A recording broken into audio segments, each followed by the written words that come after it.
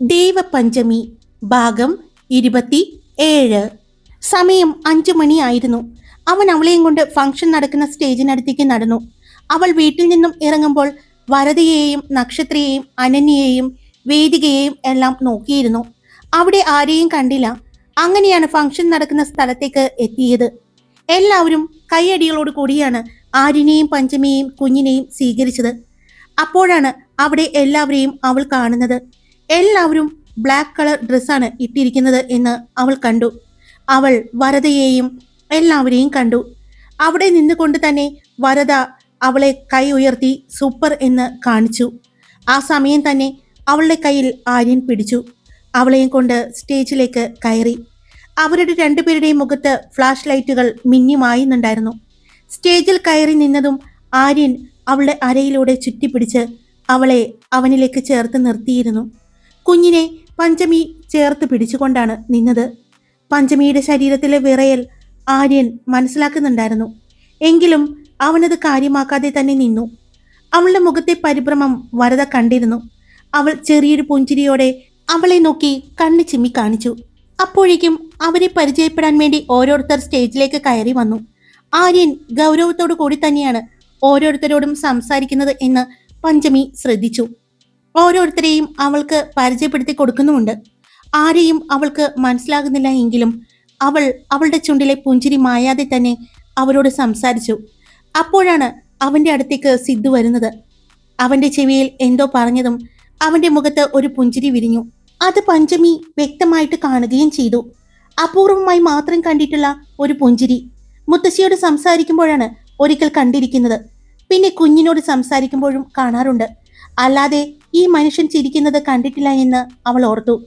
സിദ്ധു സ്റ്റേജിൽ നിന്നും ഇറങ്ങിപ്പോയതും അവൻ ഒന്നുകൂടി അവളെ ചേർത്ത് നിർത്തി. അപ്പോഴാണ് അങ്ങോട്ട് വരുന്ന അരുന്ധതിയെയും ബ്രഹ്മദത്തനെയും അവൾ കാണുന്നത്. അവരുടെ പുറകിലായി വരുന്ന ശ്രാവൺ, നീരജ്, നീരവ് എല്ലാവരെയും കണ്ടു. അവരുടെ പുറകിലായിട്ട് തന്നെ അച്ഛൻ്റെ സഹോദരിമാരും ഭർത്താക്കന്മാരും. ആ ഞെട്ടിൽ തിരിച്ചറിഞ്ഞതുപോലെ ആര്യൻ അവളെ ഒന്ന് നോക്കി. പിന്നെ കുഞ്ഞിനെ വാങ്ങി അവന്റെ കയ്യിൽ പിടിച്ചു. അവളെ ചേർത്ത് പിടിച്ചു തന്നെ നിന്നു. അരുന്ധതിയുടെ കൂടെ അവളുടെ ഭർത്താവ് കൃഷ്ണയും ഉണ്ടായിരുന്നു. കൂടെ ബ്രഹ്മദത്തനും. അരുന്ധതിയുടെ നോട്ടം മുഴുവനും ഒരുങ്ങി കുഞ്ഞിനെയും എടുത്തുകൊണ്ട് നിൽക്കുന്ന പഞ്ചമിയിലായിരുന്നു. ഇപ്പോൾ കുഞ്ഞിനെ വാങ്ങി പിടിച്ച് അവളെയും ചേർത്ത് പിടിച്ചുകൊണ്ട് നിൽക്കുന്ന ആര്യനെ കണ്ടപ്പോൾ അവളുടെ മുഖം ഒന്നുകൂടി വലിഞ്ഞു മുറുകി. അത് തിരിച്ചറിഞ്ഞതുപോലെ അവളുടെ കൂടെ ഉണ്ടായിരുന്ന ബ്രഹ്മദത്തൻ അവളുടെ കയ്യിൽ പിടിച്ചു. കണ്ണുകൾ ഒന്ന് മുറുക്കി അടച്ചു. അവൾ തലചരിച്ച് ഏട്ടനെ ഒന്ന് നോക്കി. പിന്നെ സ്റ്റേജിലേക്ക് കയറി. അരുന്ധതി സ്റ്റേജിലേക്ക് കയറുന്നത് കണ്ട് എല്ലാവരും ഒന്ന് നിശബ്ദമായി. എല്ലാവരും അരുന്ധതിയെയും അവളെ കാണുമ്പോൾ എങ്ങനെയായിരിക്കും ആര്യൻ പ്രതികരിക്കുന്നത് എന്നറിയാനായി ആകാംക്ഷയോടെ നോക്കി. എന്നാൽ യാതൊരുവിധ നീരസവും കാണിക്കാതെ ആര്യൻ കുഞ്ഞിനെയും കൂടെ പഞ്ചമിയെയും ചേർത്ത് പിടിച്ചുകൊണ്ട് തന്നെ നിന്നു. അവന്റെ അടുത്തേക്ക് വന്നു അരുന്ധതി. അവന് നേരെ കൈനീട്ടി.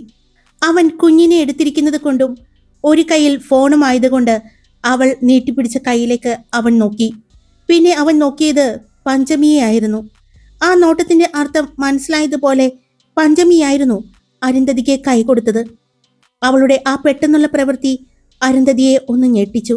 അവളുടെ മുഖത്തു നിന്ന് ആ ഞെട്ടിൽ മനസ്സിലായിരുന്നു ആര്യനും പഞ്ചമിക്കും.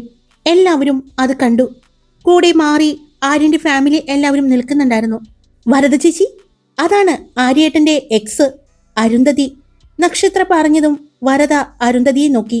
ഞാൻ കണ്ടിട്ടുണ്ട് ഒരിക്കല് കല്യാണത്തിന് വെച്ച്. പക്ഷേ ഇപ്പോ ഭയങ്കര മാറ്റമാണ് അവർക്ക്. ഇപ്പോ ഇവരേലും നല്ലത് എന്റെ പഞ്ചമി തന്നെയാണ്, വരദ പറഞ്ഞു. അതെ, അത് ശരിയാണ്. നോക്കിക്കേ, പഞ്ചമി ഏട്ടത്തിയെയും ഏട്ടനും കുഞ്ഞും കൂടി നിൽക്കുന്നത് കാണാൻ നല്ല ഭംഗിയുണ്ടല്ലേ. എന്നാ ഇപ്പുറത്ത് നിൽക്കുന്ന ഏട്ടനെയും ആ അരുന്ധതി എന്ന് പറയുന്ന ആ സാധനത്തിനെയും ഒന്ന് നോക്കിക്കേ, ഒരു മാച്ചുമില്ല, അനന്യ പറഞ്ഞു. നിങ്ങൾക്ക് ഇപ്പോഴാണോ അത് തോന്നിയത്? നേരത്തെ തോന്നിയില്ലേ ഇതൊന്നും? വരദ ചോദിച്ചു. എന്റെ പൊന്നു ചേച്ചി, ഏട്ടന് പോലും ചോദിക്കാനും അഭിപ്രായം പറയാനുള്ള ഒരു സമയം കൊടുത്തിട്ടില്ലായിരുന്നു. ഏട്ടന്റെ അച്ഛനടക്കം എല്ലാവരും, ദേവിക പറഞ്ഞു. അതെന്താ എന്നുള്ള രീതിയിൽ നോക്കിയെങ്കിലും അതിന് മറുപടി അവർക്കാർക്കും ഉണ്ടായിരുന്നില്ല. ബ്രഹ്മദത്തന്റെ കണ്ണുകൾ പഞ്ചമിയിലാണ് എന്ന് കണ്ട ആര്യൻ പഞ്ചമിയെ ഒന്നുകൂടി അവൻ ചേർത്ത് പിടിച്ചു. കുഞ്ഞിനെ അവളുടെ കയ്യിലേക്ക് കൊടുത്തു. എന്നാൽ ആ സമയം ശ്രാവണിന്റെ സഹോദരി ശ്രേയയുടെ കണ്ണുകൾ മുഴുവനും ആര്യനിലായിരുന്നു. ഇതുവരെ പേര് മാത്രമേ കേട്ടിട്ടുള്ളൂ. ആദ്യമായിട്ടാണ് നേരിൽ കാണുന്നത്. അവൾക്ക് കണ്ണെടുക്കാനേ തോന്നുന്നുണ്ടായിരുന്നില്ല. എന്നാൽ അവന്റെ കൂടെ അവൻ ചേർത്ത് പിടിച്ചു നിൽക്കുന്ന പഞ്ചമിയെ കണ്ടപ്പോൾ അവൾക്ക് വല്ലാത്ത ദേഷ്യം തോന്നി. അവൾ അവിടെ നിന്നുകൊണ്ട് തന്നെ ബ്രഹ്മദത്തിനെയും പിന്നെ ആര്യനെയും മാറി മാറി നോക്കി. രണ്ടുപേരിലും ആരാണ് കൂടുതൽ ഭംഗി എന്നാണ് അവൾ നോക്കിയത്. എന്നാൽ ബ്രഹ്മദത്തിനേക്കാളും കുറച്ചുകൂടി തലയെടുപ്പ് ആര്യവീർ പുലിക്കാട്ടിൽ ആണ് എന്ന് അവൾക്ക് തോന്നി. അവൾക്ക് പഞ്ചമിയോട് വല്ലാത്ത അസൂയയും തോന്നി. അപ്പോഴാണ് അവർക്ക് മുന്നിലേക്ക് നീങ്ങി ശ്രാവണും ഫാമിലി നിന്നത്.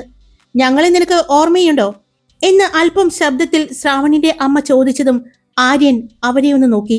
ആ നോട്ടം കണ്ടതും അവർ ഒന്ന് പേടിച്ചു. പിന്നെ ഒന്നും മിണ്ടിയില്ല. സിദ്ധു! ആര്യന്റെ വിളിയിൽ സിദ്ധു പെട്ടെന്ന് സ്റ്റേജിലേക്ക് വന്നു. നിങ്ങളുടെ കഴിഞ്ഞില്ലേ, ഒരുപാട് പേർ കാത്തു നിൽക്കുന്നുണ്ട്.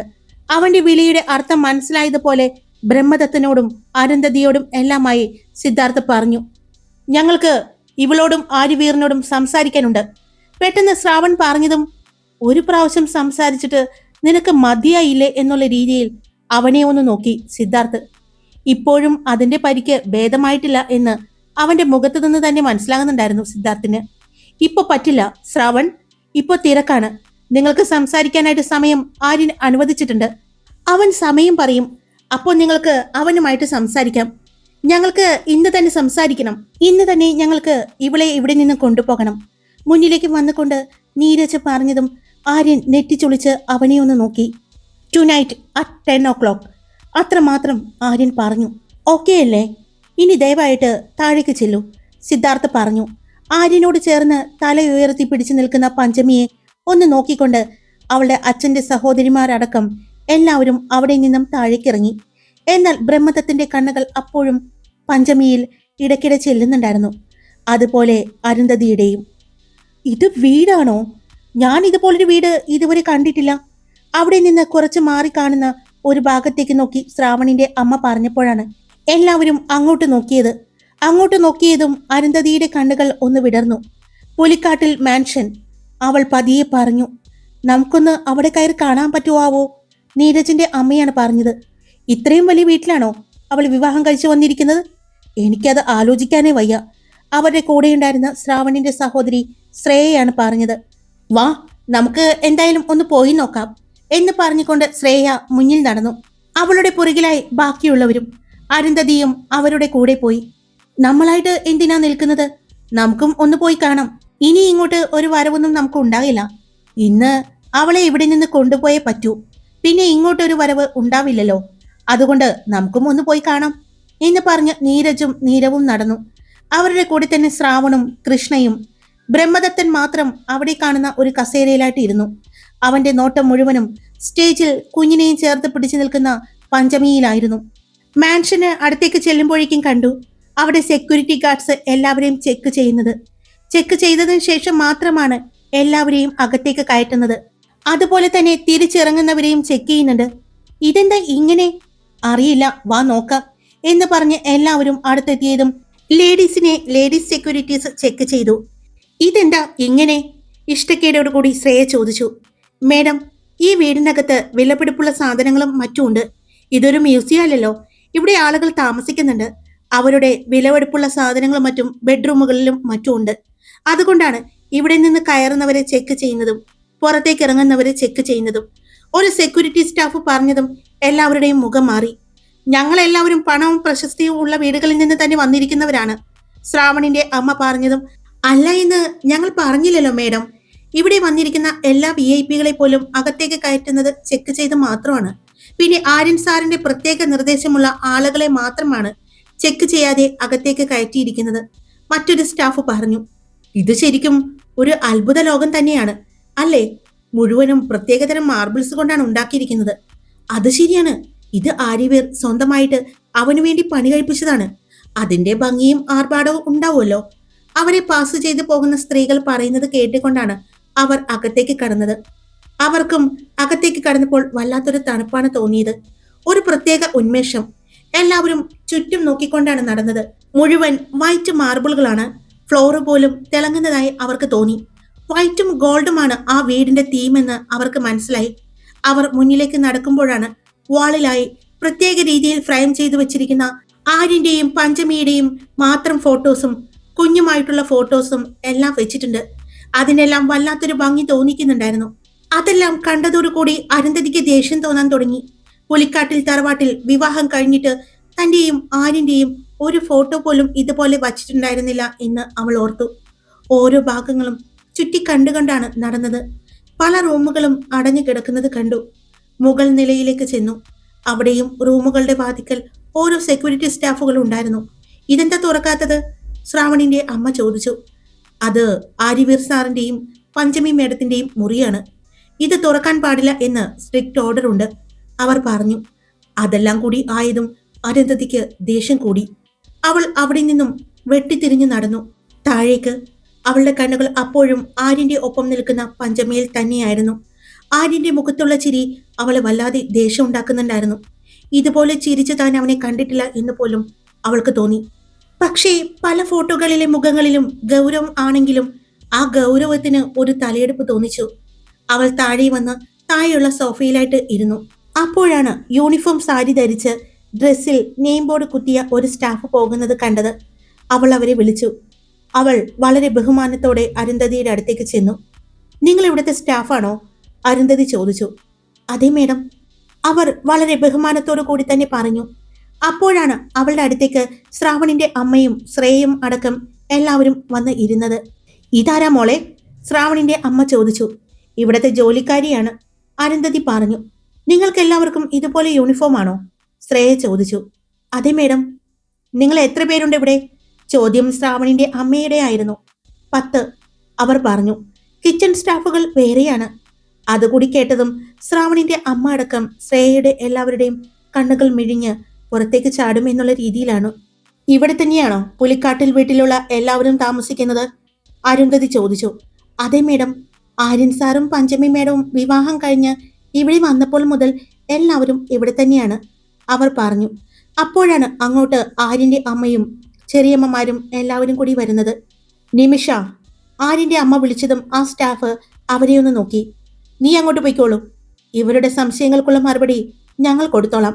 അത് കൊടുക്കാൻ യോഗ്യർ ഞങ്ങൾ തന്നെയാണ് എന്ന് പറഞ്ഞുകൊണ്ട് ആര്യന്റെ അമ്മ അരുന്ധതിയുടെ മുന്നിൽ വന്ന് നിന്നു. അരുന്ധതി സോഫയിൽ നിന്നും എഴുന്നേറ്റു. അരുന്ധതി എഴുന്നേറ്റ് നിൽക്കുന്നത് കണ്ടതും ബാക്കിയുള്ളവർ കൂടി എഴുന്നേറ്റു. അവർ എഴുന്നേൽക്കുന്നത് കണ്ടതും വലിയ മറ്റൊരു സോഫയിലായിട്ട് ആര്യന്റെ അമ്മയും ചെറിയമ്മമാരും ഇരുന്നു. എന്താ അരുന്ധതി, നിനക്കറിയാനുള്ളത്? എൻ്റെ മകനെ കുറിച്ചാണോ? ആര്യന്റെ അമ്മ ചോദിച്ചു.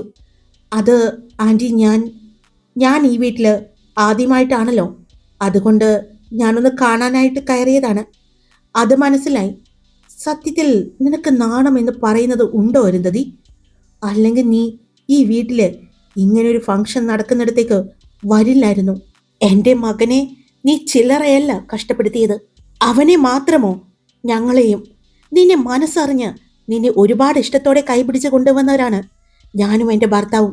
പക്ഷേ നീ എന്ന് ഞങ്ങളുടെ കൂടെ കൂടിയോ, എന്ന് ഞങ്ങളുടെ ജീവിതത്തിലേക്ക് കടന്നു വന്നോ, അന്ന് മുതൽ തകർച്ചയിലേക്കായിരുന്നു പുലിക്കാട്ടിൽ വീട് പോയിക്കൊണ്ടിരുന്നത്. പക്ഷേ അതിന് പിന്നിൽ നീയാണ് എന്നറിയാൻ ഒരുപാട് വൈകിപ്പോയി ഞങ്ങൾ. എന്നാലും ഇപ്പോൾ ഞങ്ങൾക്ക് സങ്കടം തോന്നുന്നില്ല. കാരണം നീ അവൻ്റെ ജീവിതത്തിൽ നിന്ന് പോയതിൽ പിന്നെ അവനെ തിരിഞ്ഞു നോക്കേണ്ടി വന്നിട്ടില്ല.